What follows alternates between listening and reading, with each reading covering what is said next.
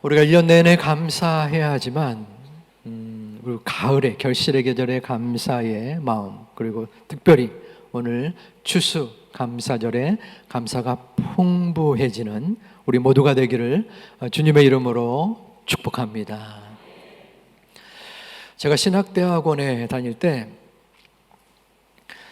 많이 불렀던 찬송이 있습니다. 푸른 바다 낯선 이 몸 어디든지 가오리라. 아골골짝 빈들에도. 자, 저는 이 찬송을 부를 때 아골골짜기가 어디 있는지, 그리고 무슨 의미가 있는지 몰랐습니다. 그죠? 마음속에 힘든 곳, 어려운 곳이지 않겠나라는 생각을 가지고 불렀던 것 같습니다. 그리고 몇 년 후에는 그 의미를 알게 되었죠. 오늘 이 시간은 아골골짜기의 사랑과 감사에 대한 말씀을 나누어 보고자 합니다. 먼저 우리가 아골골짜기로 들어가기 전에 호세아를 알아야 합니다. 호세아는 북이스라엘의 선지자이고 여로보암 2세의 때에 활동했습니다. 선지자는 하나님의 말씀을 대언하는 영광스러운 사명자입니다. 그런데 하나님께서 이 호세아에게 굉장히 감당하지 못할 명령을 내리셨어요. 그것은 음란한 여자 고멜을 아내로 삼으라는 것입니다. 아무리 하나님의 명령이지만 어떻게 이러한 말씀을 하실 수 있을까요? 보여주세요. 여호와께서 처음 호세아에게 말씀하실 때 여호와께서 호세아에게 이르시되 너는 가서 음란한 여자를 맞이하여 음란한 자식들을 낳으라. 이 나라가 여호와를 떠나 크게 음란함이니라 하시니. 왜 이러한 말씀을 하셨을까요? 거기에는 이유가 있습니다. 깊은 뜻이 담겨져 있어요. 음란한 여인의 특징이 뭐겠습니까? 남편이 있음에도 불구하고 다른 남자에게 눈길을 주고 쫓아가는 것이죠. 이 고멜도 그러했습니다. 이 음란한 여자 고멜은 이스라엘 백성들을 뜻합니다. 이스라엘 백성들이 하나님을 수도 없이 배신하는 모습, 그리고 호세아는 하나님을 의미합니다. 그래서 이 고멜과 호세아를 통하여 이스라엘과 하나님의 관계를 나타내신 것입니다. 고멜은 계속적으로 다른 남자를 찾았고, 호세아는 아내를 사랑하고 또한 찾음으로 또 용납하고 수용하는 상황이 계속 되었습니다. 그럼에도 불구하고 고멜은 정신을 못 차리고 자기 고집대로 행하였습니다. 호세아 2장 5절에서는 자기 남편이 준 여러 가지 것들을 망각하는 잘못을 이 고멜이 저지르게 됩니다. 우리 호세아 2장 5절에서 나는 나를 사랑하는 자들을 따르리니 그들이 내 떡과 내 물과 내 양털과 내 삶과 내 기름과 내 술을 내게 준다 하였음이라. 이것은 이스라엘의 하나님을 향한 잘못이 나타나는 것입니다. 이스라엘 백성들은 하나님이 그들에게 주신 모든 것들이 하나님께로 나온다는 것을 깨닫지 못하고 도리어 그것들이 가나안 족속이 섬기는 풍요의 신 바알 이방신에게서 나온다라고 여겼습니다. 그 모습을 보고 호세아 2장 8절에서 하나님은 탄식을 하십니다. 곡식과 새 포도주와 기름은 내가 그에게 준 것이요 그들이 바알을 위하여 쓴 은과 금도 내가 그에게 더하여 준 것이거늘 그가 알지 못하도다. 어떻게 이렇게 우둔할 수 있습니까? 지금 이스라엘의 모습을 뜻하는 것입니다. 이스라엘은 이방 신상, 바알의 신상들을 만들었습니다. 그리고 그 신전들을 장식하고 또한 그 제단 앞에 재물을 쏟아부어서 제사를 드렸습니다. 이는 하나님 앞에 그 무엇으로도 용서받을 수 없는, 변명할 수 없는 크나큰 죄였습니다. 사랑하는 우리 제2교회 가족 여러분, 그렇다면 우리는 어떠합니까? 우리는 고멜을 향하여, 이스라엘 백성들을 향하여 야, 어떻게 그럴 수 있느냐라고 이야기할 수 있는 수준의 사람들입니까? 우리의 마음은 온전하게 전적으로 하나님의 뜻을 따르고 모든 정성을 다하여 하나님을 신뢰하는 자들입니까? 올 한 해 내가 누려왔던 모든 것들이 내가 당연히 받을 것으로 생각하고 있지는 않습니까?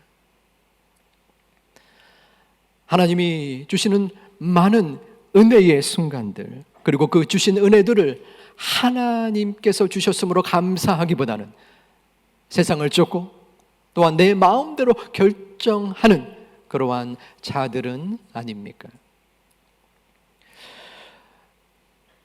한번 호세와 고멜의 모습을 우리들에게 접목을 해보겠습니다. 여러분들이 여러분의 배우자에게 모든 정성과 마음과 사랑을 다 쏟았습니다. 그런데 그 배우자가 나를 버리고 다른 배우자를 쫓아갑니다. 한 번도 아니고 두 번, 세 번. 그러면 그 마음의 상처와 괴로움과 억울함과 아픔을 간직한 채, 억누른 채 그 배우자를 끝까지 극진하게 사랑할 수 있는 사람이 과연 여기서 몇 명이나 되겠습니까? 이것은 인간의 능력으로는 불가능한 것이죠. 인간의 사랑과 하나님의 사랑은 분명히 차이가 있습니다. 하나님의 사랑은 우리 본문 14절, 15절에서 이스라엘 백성을 거친 들로 타일러 데려가는 모습이 나옵니다. 우리 14절, 15절을 함께 봉독하겠습니다. 그러므로 보라, 내가 그를 타일러 거친 들로 데리고 가서 말로 위로하고 거기서 비로소 그의 포도원을 그에게 주고 아골 골짜기로 소망의 문을 삼아 주리니 그가 거기서 응대하기를 어렸을 때와 애굽 땅에서 올라오던 날과 같이 하리라. 아멘. 하나님은 자기 고집대로 살아가는 이스라엘 백성을 징계하지 아니하시고 타일러서 거친 들, 하나님의 소중한 귀하게 쓰여지는 아골 골짜기로 향합니다. 아골은 히브리어로 괴로움이라는 뜻입니다. 이 괴로움은 어떠한 괴로움일까요? 그것은 여호수아 7장에 그 의미가 나타납니다. 이스라엘 백성이 가나안으로 향하는 가운데 그 광야길에서 크나큰 성을 만납니다. 그것은 여리고 성이었습니다. 도저히 상대할 만한 적군의 비교가 되지 않았습니다. 너무나 거대하고 많은 적군들이 있었습니다. 하지만 하나님은 믿음으로 그 여리고 성을 이기게 만들었습니다. 그리고 이어서 작은 성 아이성을 백성들을 만나게 됩니다. 얼마 전 그 큰 여리고 성을 승리한 그들에게는 자신감이 넘쳤습니다. 야, 이까지 아이성쯤이야. 군사 3,000명이면 되겠지. 하지만 그 아이성에서의 전투는 무참한 패배였습니다. 왜 그랬을까요? 거기는 이유가 있습니다. 하나님께서 이 여리고 성과의 전투 속에서 하나라도 전리품을 취하지 말라라는 명령을 내리셨습니다. 그런데 그것을 어긴 사람이 있는데 아간이었습니다. 아간은 아름다운 외투 하나와 은 200세겔과 금 50세겔을 취한 것입니다. 은 200세겔과 금 50세겔은 요즘의 가치로 따지면 약 1억 원쯤 됩니다. 여호수아는 하나님 앞에 기도하였고 또한 하나님께서는 내 안에서 죄를 제하여 버리라 라고 명령을 내리십니다. 사람들은 누가 죄를 범했는지 수소문하였고 아간이 착출되었습니다. 그리고 사람들은 아간을 돌로 쳐 죽였고 그가 훔친 물건들을 모두 불살라 버렸습니다.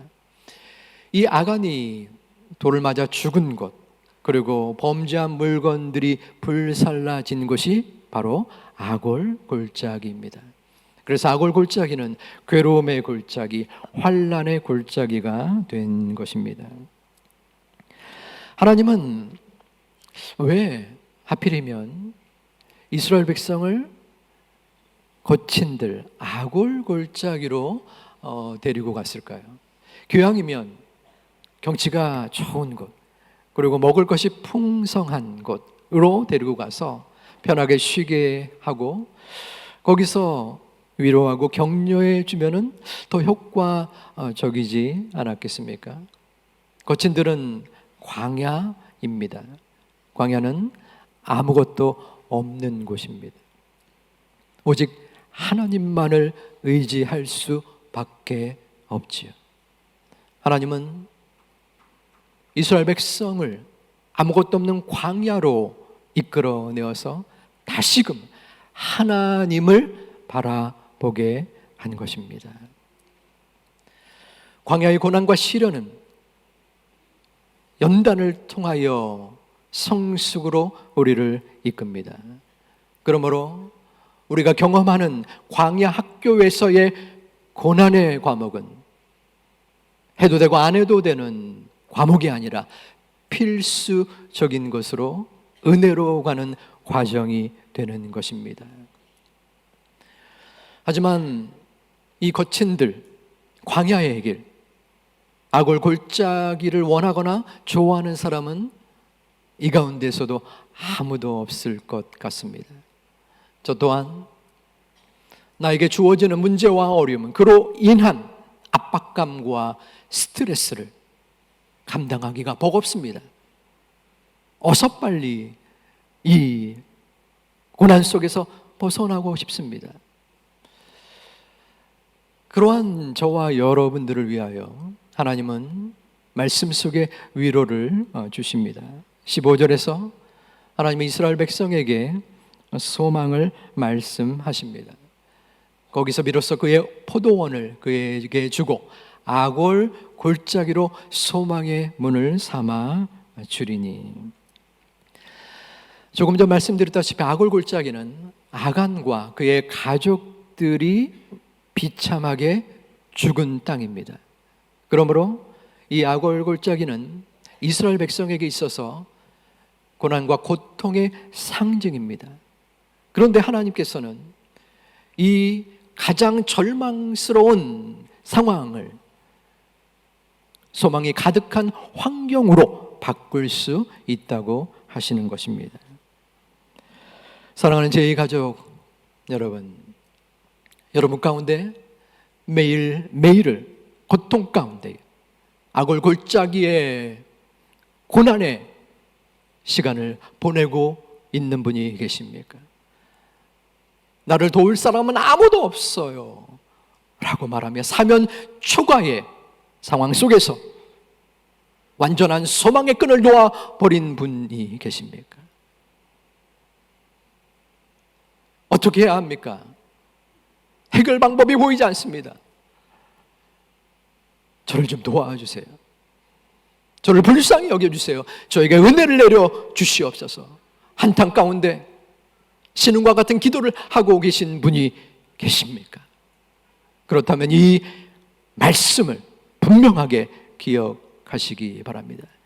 내가 그 어떠한 아골 골짜기에 처했을지라도 그 골짜기로 소망의 문을 삼아 주리라.